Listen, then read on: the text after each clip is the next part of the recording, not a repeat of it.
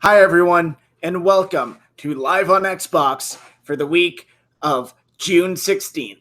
We're back with some more Xbox news, just wrapping up on E3. As it continued throughout the weekend, we got more news from the E3 conference. As always, I'm Sean.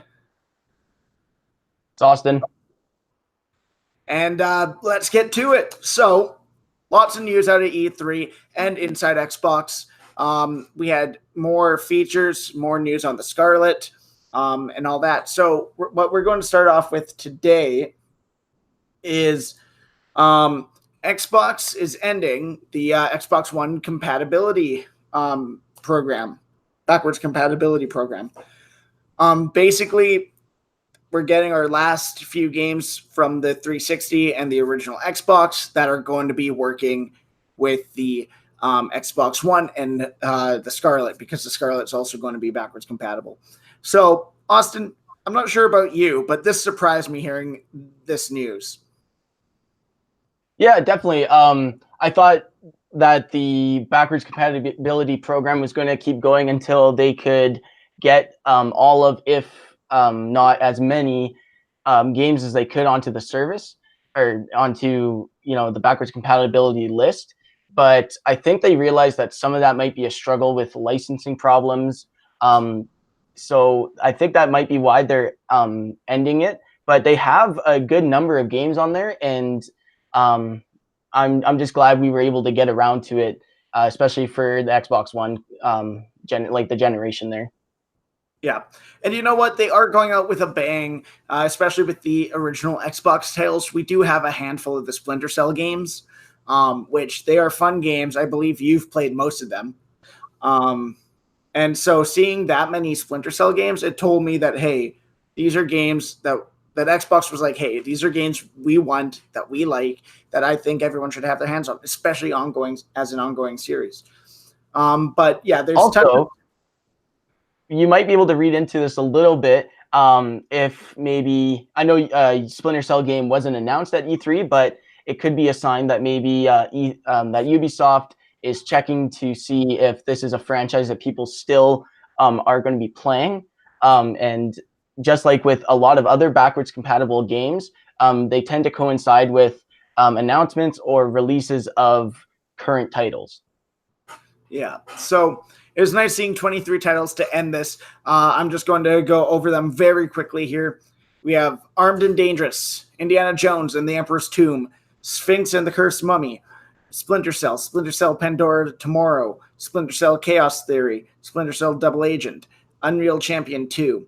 Then for the 360, Azura's Wrath, Battlefield 2, Modern Combat. That one's disc only, so that won't be in the store. Enchanted Arms, Enslaved, Odyssey to the West, Far Cry Classic, Far Cry Instincts Predator, Infinite Undiscovery, Peter Jackson's King Kong, Prince of Persia, The Forgotten Sands, Skate, Star Ocean, The Last Hope, Super Puzzle Fighter 2 Turbo HD Remix, Syndicate, 2 Human, and Unreal Tournament 3. Splinter. Phil Spencer actually tweeted a picture of him playing 2 Human last night. So I thought that was pretty cool. Yeah, 2 Human is an interesting game. As you could see on the website there, it says there's a catch because 2 Human was an Xbox exclusive game that had a lot of troubled like news around it. When it came out, what happened was the developers were actually sued by Epic Games for essentially pirating the Unreal Engine for making the game. And because of that, all the copies that were out in retail had to be recalled and destroyed. And you can no longer actually pay for a new copy of the game. So it's free on Xbox Marketplace right now. So you can get it. And that's the only way I believe they're able to distribute that game. So they're essentially being like, yeah, have the game for free. It's made. We cannot make money off of this. Yeah, exactly. And the company that had made it, Silicon Knights, they have since folded. But at the time, it was a really big thing. You know, what was cool about this backwards compatibility program is there were a lot of games that I did not expect to see join the list, like Star Wars Battlefront 2 from 2005, or these games, Force Unleashed, just as examples because of LucasArts folding. So you're like, how are these games going to get distributed? Or like even what was the other Pandemic? The company that made Battlefront 2. Since Yeah, the so company no longer existed. Pandemic had actually been bought by EA back in the day, and then EA had closed them. And I think since EA had acquired the rights to make the Star Wars games from Disney, I think that's also kind of how it worked out for the licensing of it. Yeah, and like it was a question for me: how are these games from companies that no longer exist going to be able to get put on the store? Because Xbox needed to get permission from the companies to publish them again. But they did it. They went above and beyond what I thought they could do, and I was very impressed with this backwards compatibility program. And I just have to give big kudos to Phil Spencer and his team. Yeah, and it's also kind of amazing that not only did they do the 360 generation of games, they also went back and did a whole library of Xbox original games, which if we're talking about the politics behind trying to get that stuff back on the store, that is probably even more harder than doing some of the 360 games. Yeah. So that's the backwards compatibility list. Austin, I believe you wanted to bring some news forward about a new game that was announced at E3. Yeah, so there's a couple games that I just wanted to highlight that I saw at E3. The first one being the Crystal Dynamics Square Enix Avengers game, which it looks like this is going to be the core cast of characters for the game. We got Bruce Banner, Black Widow, Captain America, Iron Man, and Thor. Those are all being played by notable voice actors in the video game industry, which would be, Troy Baker, Nolan North, Laura Bailey, Travis Willingham, and I just can't remember the other guy's name, but they've all been in big titles. Laura Bailey, for example, has been in the most recent Spider-Man game as Mary Jane. And this game looks very interesting to me. It's supposed to be a third-person action game, but with an expanding roster of Avengers that you can play as, along with a core story mode. So it sounds like to me what's going to be happening is there will be the main story mode, but then it will also kind of branch off into this open world kind of thing where they are able to make more missions and levels as time goes on. And that's really exciting to me, especially because, the MCU is at its peak right now, or had just hit its peak. And you're going to be able to take control of your favorite superheroes and actually play, as them in a really good looking game. I mean, Crystal Dynamics has made some amazing games, starting with, I think they worked on some of the Nosgoth stuff, and then they also did the most recent Tomb Raiders, which have been really good. Yeah, like my takeaway from what I saw of the Avengers game was it looks interesting. It is 4-player co-op. But and this has nothing to do with the game, but what really threw me off is it's like, yeah, with the MCU and the movies, the characters are based off the comic books and were hired because they looked like their comic book counterparts, right? But in this game, they look like they tried making them similar to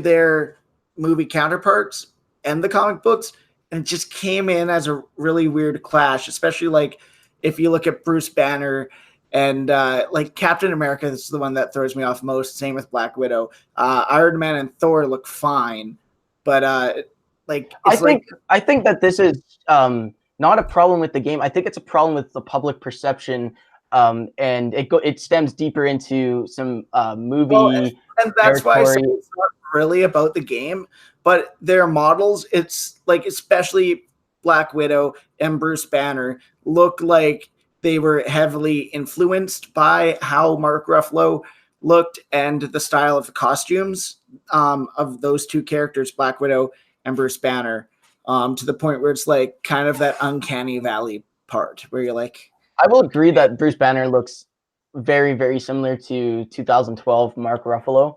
Yeah. But I do think that this is just a problem with our social media society right now, where no one wants to accept different versions of their characters.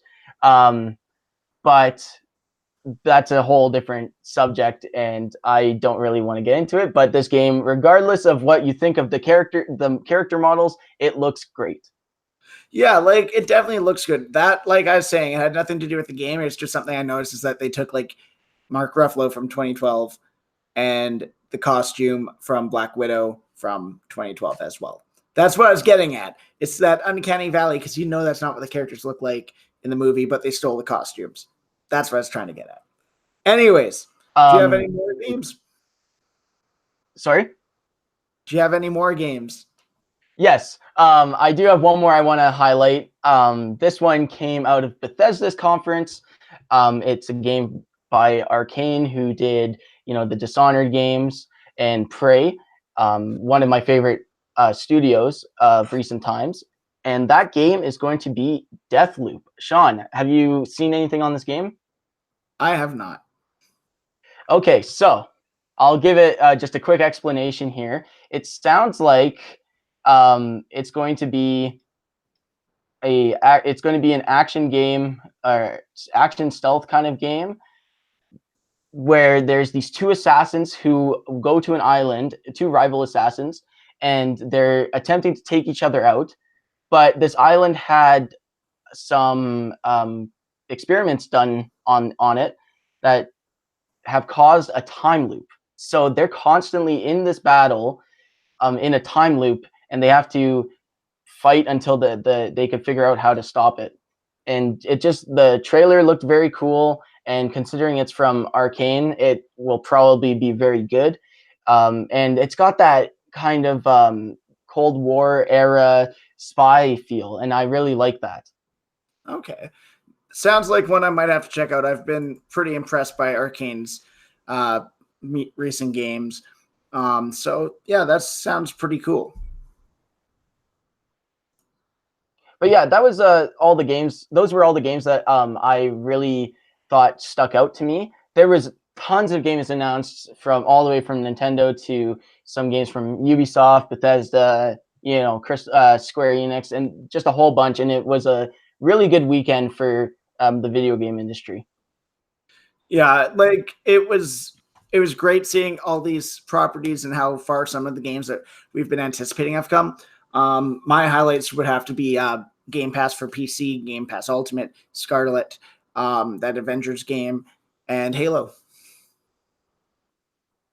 Which we had covered our thoughts. If you haven't seen it, we covered our thoughts on the Xbox conference last week. If you want to see that, just go check it out. It should be either recommended in your recommended videos from watching this, or you could check out our channel at live on Xbox at YouTube, and it will be right there.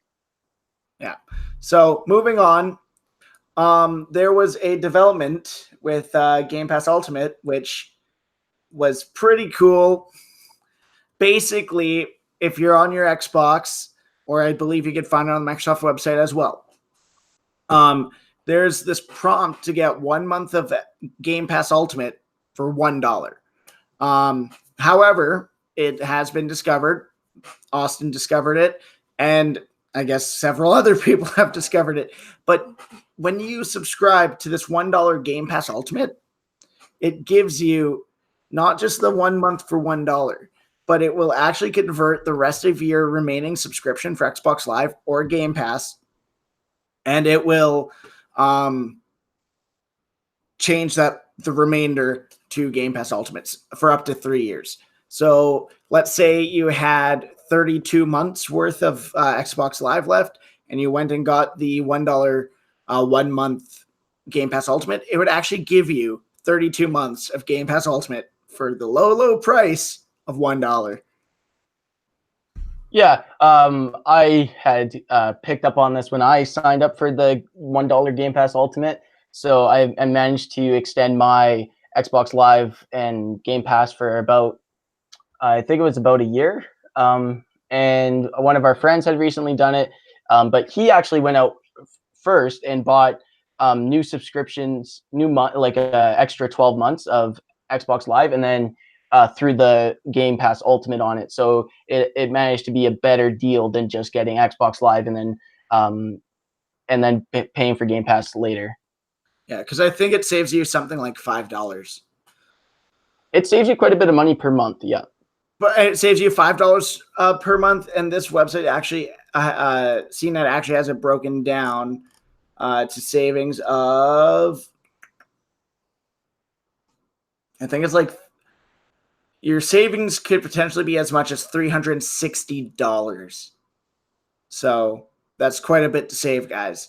So And considering gaming is already expensive, this this will help you if you we're going to spend that money. You could buy a few games now. Yeah, like I think the 2 years, no, 3 years of Xbox Live costs $180, and then you add on the $1 and you're set for 3 years. So fantastic deal. I do not know when it's going to end because that was supposed to be an E3 week only thing, and we saw it last night. And there has been no update whether this deal has ended. So get your hands on it right away. I do know that when this deal went live, the Xbox servers did overload and crash. For me, like you couldn't access the website; it was down. So lots of people getting their hands on it, and it'd be a shame if you missed out on it too. So viewers, yeah, and gamers, make sure you go and get that. I also want to mention, I believe that this actually launched just before E3, and then they had made sure at their conference to mention it to their audience. Yeah, like I think we noticed it the day before E3 or something like that. I noticed it, and I just didn't get it because I'm like, I'll see what happens. I don't know. I'm kind of like slow on those things and just don't update and just don't take it right away. So I found it through the Xbox subreddit, and someone had broken down the explaining what you get out of it. So I went right ahead and bought it. Yeah, so that was pretty cool.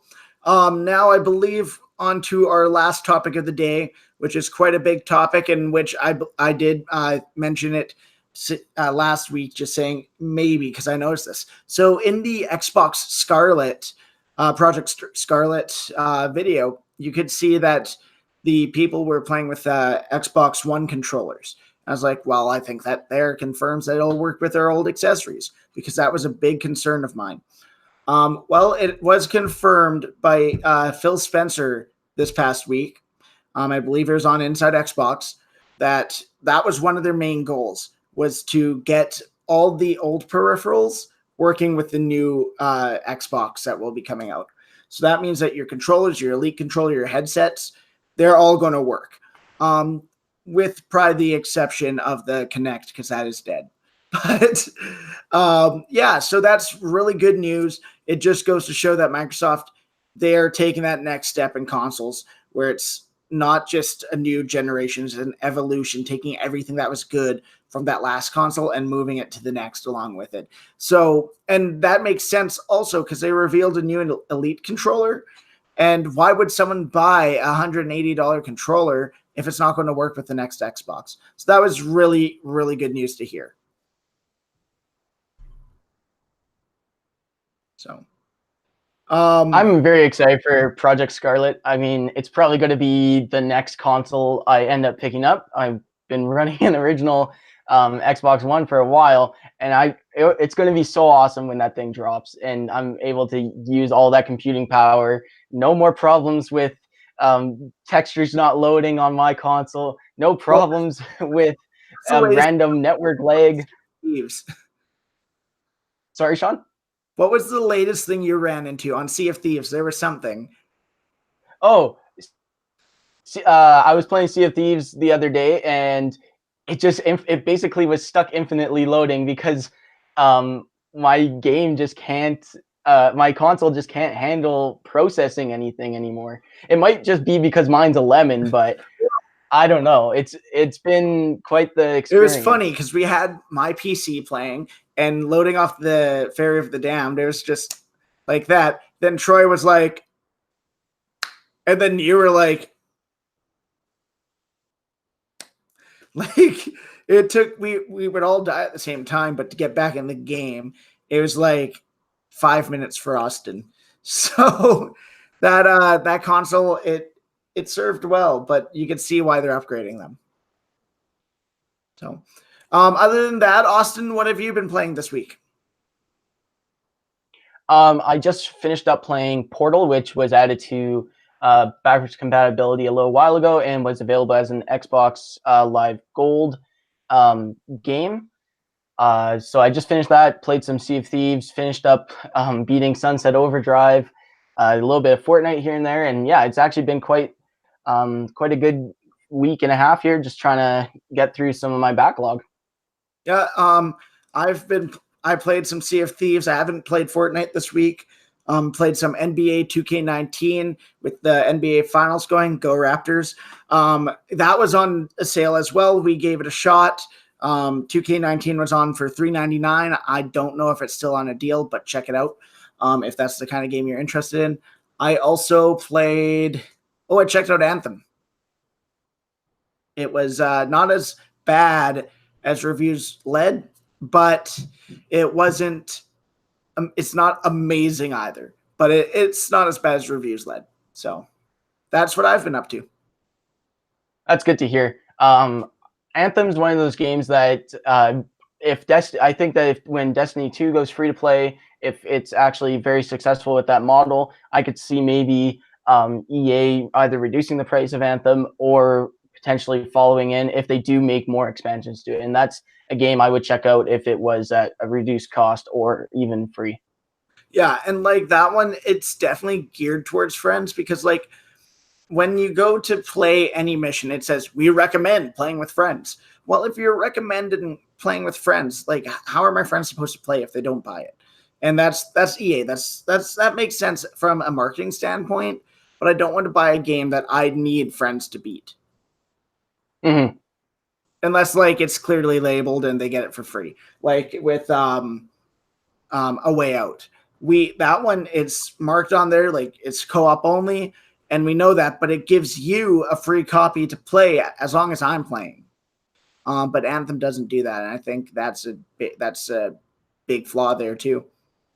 Well, we also have to be realistic here. I mean, that it is a AAA game. The budget was probably super big, like just large. They need to make their money back. They're not going to give away an entire game for and then free to half of their player base. It does have microtransactions as well, which kind of bummed me out. Yeah, I think that microtransactions for now, especially because at E3 you would hear announcements and then they'd say, "And no microtransactions." I think that that's going to be that's going to be a thing for a while, but we'll still see games still like try to creep them in subtly. And microtransactions, I think, should be reserved for games that are on the free-to-play market, and that's about it. I don't think that an $80 game like Anthem deserves any sort of attention with the microtransactions. Yeah, I have no issue with games having microtransactions, but I don't want to be paying full price or even $10 for a game that throws microtransactions at my face. Like, save that for free to play. That's what apps are for. That's what phone games are for. But it also doesn't help that EA has built this community that it relies on microtransactions with their ultimate teams in the sports games. That is unbelievable that people will buy an $80 game and then on top of that continue to buy in-game currency when you look at like Madden, when they've already spent like their collector's editions, and they don't come with anything different. They just come with in-game currency, and I'm like, it's not worth calling it a collector's edition if you don't get a collector's item from it. Yeah, but it's also up to us as the consumer to show them with our wallet that it's not going to fly. Like, we need to stop supporting these games that are $80 or $60 and have microtransactions baked into them. It makes no sense. it's fine if the game, like, it's fine to have them in the game, to buy the game if you like the game, but I cannot support the idea of having a microtransactions in a single player or even a paid multiplayer game. Yeah. So, but with that, I think we're going to call it a wrap. Do you have any games coming out or any games with gold or? I just need to do a double check on that. Because I do believe we covered this month's games with gold, but it's always worth checking if there's new releases or games coming out. So,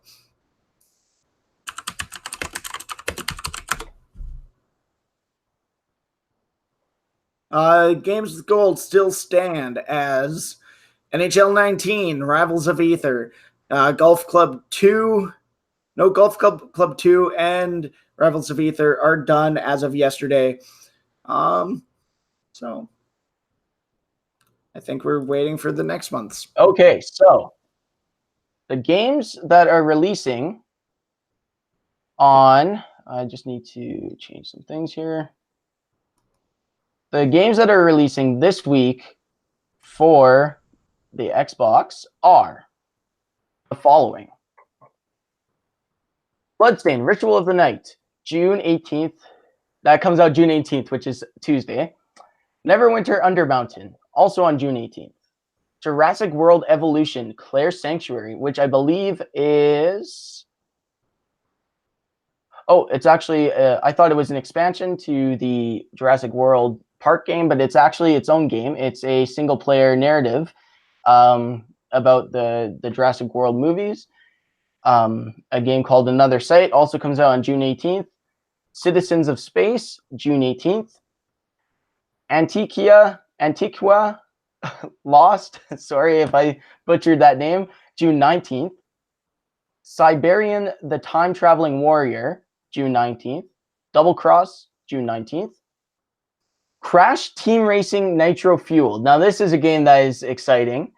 It's kind of a callback to our childhood, at least, which we played Crash Bandicoot Racing, and I don't know if it's on sale or if it's on a good price. I might have to relive some memories. It was the only one up there with Mario Kart. Really, it was the only good one. It didn't feel like a clone. It competed with it. Yeah, it had enough of its own things where it was unique in its own way. Yeah, and it's a lot of fun. At least the original was. I'm hoping that this one is just as good. Yeah. Considering it's a remake. And then the final game for the week is going to be Captain Cat, which is on June 21st. Alrighty. So with that, I did double check the games with gold. We have NHL 19 up until the 30th, Rivals of Aether up until July 15th, and Earth Defense Force 2017 starting today up until the 30th. So if y'all want to check that out, they're available now. And with that, I think we're going to call it a show. So I want to thank everyone for tuning in. Thank you to our viewers. We really do appreciate your support. We had a good turnout and reaction to our last video for E3, and we want to thank you guys for that. So as usual, make sure you hit that subscribe button below. There is a bell beside it. If you click on that, you should get notified as to when we go live or post new videos. So as usual, live on Xbox at YouTube, live_on_Xbox on Twitter. We do post to the Twitter. That is something that we do constantly. And we do notify you when videos come out and when new content drops and all that. So I want to thank you all for tuning in. Thanks, Austin, for joining today. Yeah, no problem. And we'll catch you all next time. Take care.